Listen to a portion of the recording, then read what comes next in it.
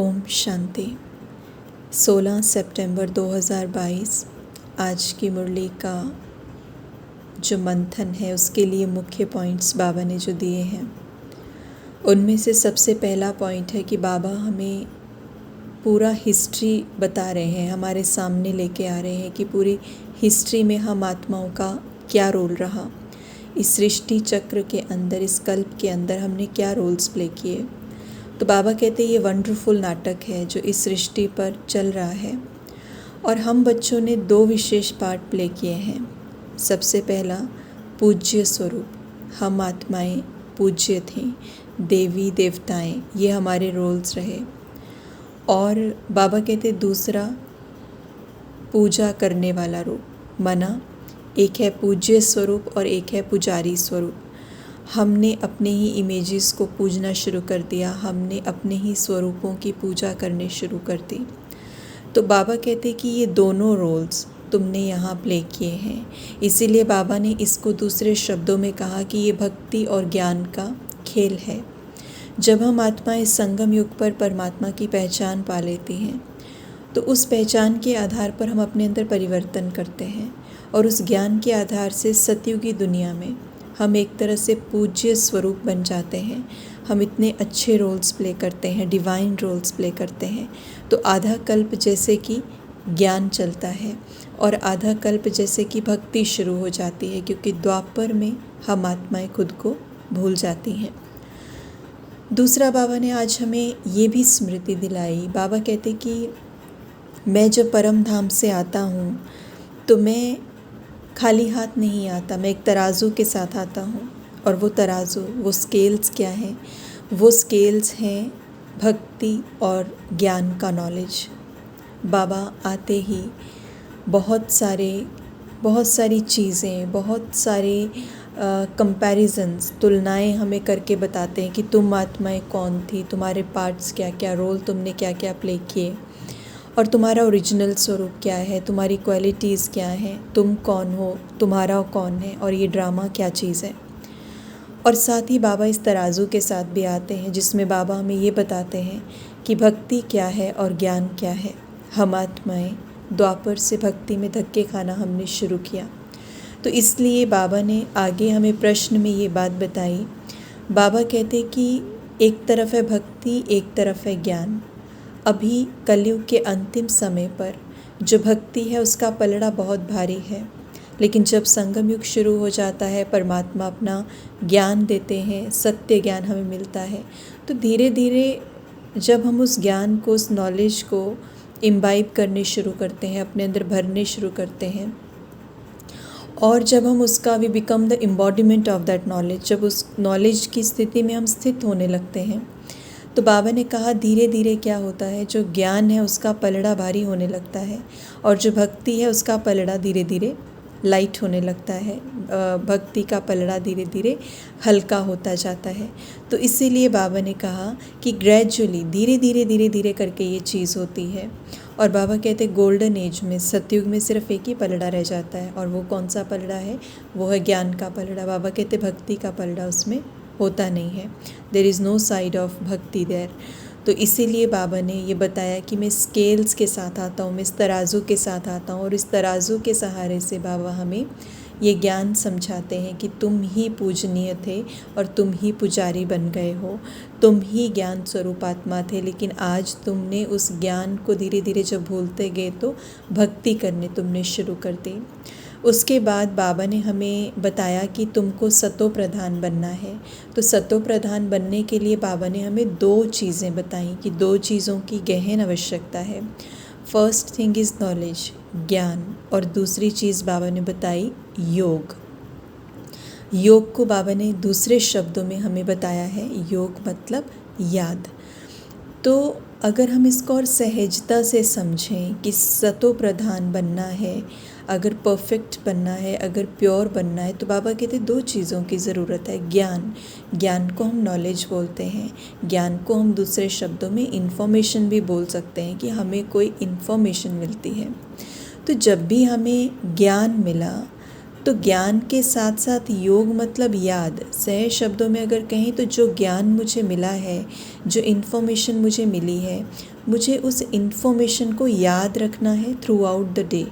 That is ज्ञान and योग, that is knowledge and also याद की यात्रा। तो मुझे उस ज्ञान का स्वरूप बन जाना है, मुझे ये याद रखना है बाबा मुझे क्या क्या बातें बताते हैं, समझाते हैं, उसको स्वरूप में लाने का प्रैक्टिकल तरीका क्या है, मुझे उसको स्वरूप में लाना कैसे है, वो सारा याद में आ जाएगा। तो इसीलिए सबसे पहले मेरे पास ज्ञान होना ज़रूरी है। And then second, I need to be aware, मेरे अंदर वो स्मृति रहनी चाहिए कि ये जो ज्ञान है इस पॉइंट को मुझे कैसे प्रैक्टिकल में लेके आना है। बाबा ने मुझे ज्ञान दिया तुम आत्मा हो, लेकिन इस नॉलेज को मुझे याद कैसे रखना है और मुझे प्रैक्टिकल जीवन में कैसे धारण करना है, ये याद की यात्रा है। तो हम सतो प्रधान बन जाएंगे। बाबा ने कहा सतो प्रधान बनने के लिए ज्ञान और योग दोनों ज़रूरी हैं, तो इसलिए ये दोनों चीज़ें ज़रूरी हैं। उसके बाद बाबा ने नेक्स्ट पॉइंट हमें दी। बाबा ने कहा कि तुमको बाप का मददगार बनना है। ये बहुत बड़ी बात बाबा ने हमें कही कि हमको बाबा का मददगार बनना है, इस कलयुगी दुनिया को उठाना है, इस पहाड़ को उठाना है और नई सतयुगी दुनिया को लाना है। बट ये हमारी हेल्प के बिना नहीं हो पाएगा। तो इसीलिए बाबा ने कहा कि तुमको मददगार बनना है। तो बाबा कहते हैं मददगार कैसे बनेंगे? जैसे बाबा इस पूरी दुनिया में से दुख को मिटाने आया है, दुख को रिमूव करने आया है, हर एक की लाइफ से दुख को निकालने आया है। तो बाबा ने कहा तुमको भी बाप समान बनना है और तुमको भी बेस्ट ओवर बनना है ऑफ हैप्पीनेस, तुमको भी सुखदाता बनना है जैसे बाप है। तो सुखदाता बनने के लिए बहुत सारी चीज़ें हमें अपने अंदर से निकालनी पड़ेगी, क्योंकि हम दुख कब देते हैं? जब हमारे अंदर बहुत सारी चीज़ों की मिक्सिंग हो जाती है। जब बॉडी कॉन्शियसनेस और सोल कॉन्शियसनेस में जब देह भान मिक्स हो जाता है तो हम दुख देना शुरू कर देते हैं। तो हम सुख कब दे पाएंगे? जब हम अपने ओरिजिनल स्वरूप में स्थित हो पाएंगे। अभी हम ट्राई करते हैं कि हम दूसरे को सुख दें, बट ये हो नहीं पाता है। क्यों नहीं हो पाता है? बिकॉज़ आवर बेसिक कॉन्शियसनेस, हमारी जो बेसिक कॉन्शियसनेस है वो ये है कि मैं शरीर हूँ। एंड जब तक ये कॉन्शियसनेस स्टिल रहेगी कि मैं शरीर हूँ, we can not give anybody happiness. हम किसी को भी सुख नहीं दे सकते। हम बाहरी तौर पे जितना मर्ज़ी कोशिश करते रहें, बट अंदरूनी रूप से हम हमेशा खाली रहेंगे, because we are not stable in our original consciousness. Originality में हम स्थित नहीं हैं। दैट इज़ वाई हम किसी को सुख नहीं दे पाएंगे। तो इसलिए हमें अगर परमात्मा की हेल्प करनी है, अगर हमें उसके समान बनना है, अगर हमें खुद का भी मददगार बनना है, दूसरों का भी बनना है, तो उसके लिए हमें एक चीज़ करने की ज़रूरत है और वो है खुद के ऊपर ध्यान देना।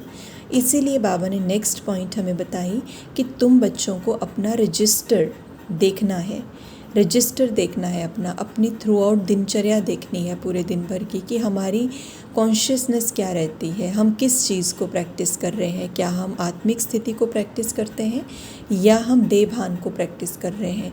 हमारी प्रैक्टिस क्या चल रही है, हमारी अवेयरनेस क्या चल रही है, हमारी स्मृति में क्या है, हमारी क्वालिटी क्या है थॉट्स की। तो ये सारी चीज़ें हमें चेक करनी है। और बाबा ने कहा फिर अपने सारे के सारे कमी कमज़ोरियाँ डिफेक्ट्स निकालने हैं। आज बाबा ने वरदान में बहुत सुंदर बात कही और शायद ये बात हम इग्नोर कर जाते हैं। बाबा ने आज कहा, बाबा कहते हैं अगर माया से बचना है, माया के ऊपर जीत पानी है, तो बाबा कहते हैं जो भी बाबा ने हमें टाइटल दिए हुए हैं, हमें उन टाइटल्स को स्मृति में रखना है और ना सिर्फ स्मृति में रखना है, उनका स्वरूप बनना है। तो बाबा ने हमें बहुत सारे टाइटल्स दिए हैं, लेकिन दिक्कत ये आती है कि टाइटल्स को हम वर्णन तो कर लेते हैं। बाबा ने आज यही बात बताई कि तुम बच्चे वर्णन कर लेते हो, लेकिन तुम उसमें स्टेबल नहीं होते, स्थित नहीं होते। जैसे आज बाबा ने जो टाइटल हमें दिया वरदान में, उसके एग्ज़ाम्पल के साथ बाबा ने हमें समझाने की कोशिश की। बाबा ने हमें टाइटल दिया, तुम स्वदर्शन चक्रधारी हो, you are the spinner of the discus of self realization. तो हम स्वदर्शन चक्रधारी आत्माएं हैं। अब स्वदर्शन चक्रधारी आत्माएं ये अपने आप में एक टाइटल है और बाबा ने कहा खाली इसका वर्णन नहीं करना है, मैं सुदर्शन चक्रधारी, नो, हमें इसकी अवेयरनेस में रहना है। एक है स्मृति शब्द अच्छा है, लेकिन एक है अवेयरनेस, अटेंशन। मतलब मुझे वो शब्द हर समय याद है। मैं जब कर्म कर रही हूँ तब भी स्वदर्शन मतलब मुझे स्व का दर्शन करते रहना है थ्रू आउट द डे। मैं कौन हूँ। इस स्मृति में मुझे रहना है, मुझे ठहरना है, मुझे स्टेबल होना है, मुझे महसूस करना है, मुझे अनुभव करना है, मुझे रियलाइज़ करना है इस स्थिति को। और जब मुझे डीपली ये स्थिति अनुभव होगी कि मैं कौन हूँ, मैं आत्मा हूँ, जब मुझे ये स्मृति महसूस होगी कि इस दुनिया में आते ही जो मुझे मिला है, ये सारी की सारी चीज़ें मुझे इनसे अलग होना है, इन लेवल से अलग होना है, ये जो मैंने अटेन किया है इनसे अलग होना है, ये शरीर से अलग होना है, तो वो एक सेंस ऑफ एक्सपीरियंस हमें देगा कि मैं आत्मा कौन हूँ।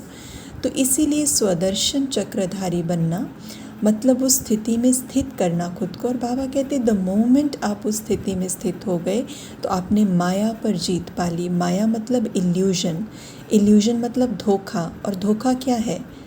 झूठ क्या है? झूठ है देह अभिमान, झूठ है बॉडी कॉन्शियसनेस, मैं शरीर नहीं हूँ, मैं शरीर हूँ, यही सबसे बड़ा झूठ है। तो बेसिकली बाबा ने कहा जब स्वदर्शन चक्रधारी बन जाएंगे तो माया पर जीत पा लेंगे, इस झूठ पर जीत पा लेंगे। और बाबा कहते माया ठहर नहीं सकती। तो जब हम इस स्थिति में स्थित हो जाएंगे तो बॉडी कॉन्शियसनेस तो हमारे सामने ठहर नहीं सकती ना। उसी तरह से बाबा ने स्लोगन में हमें ये बात बताई।